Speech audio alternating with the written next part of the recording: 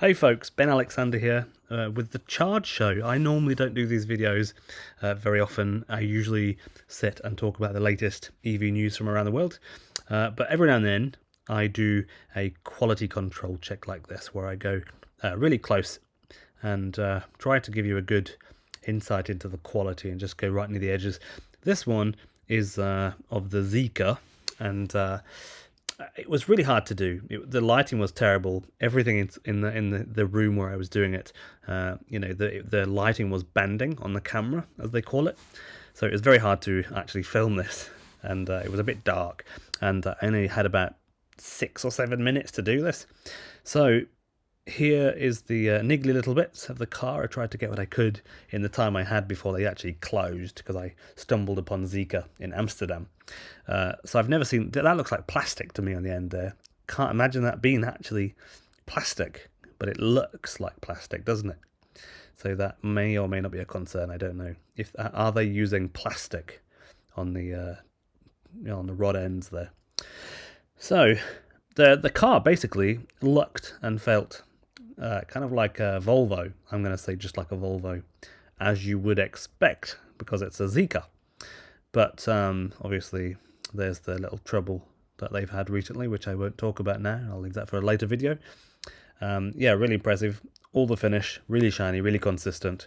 The fit and finish, basically perfect. Awesome. And obviously nobody really knows yet with Zeekr, how long until things like the LED lights fail. Have they used the proper resistors, for example, to not produce very much heat and make the lights last a long time on their brakes, for example, or where it says Zeekr just here. Who knows? But anyway, I really like the size of this car, and it kind of reminded me of the MG4, MG4, which is a very, very similar size, I think.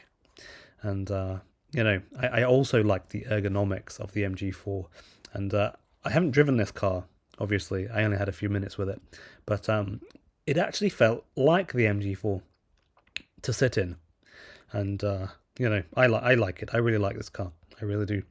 But I'm not sure I'd buy it over. You've got BYD cars like the Dolphin. You've actually got the MG4. You've got Volvo. The EX30 or XC30 or whatever. I get confused sometimes.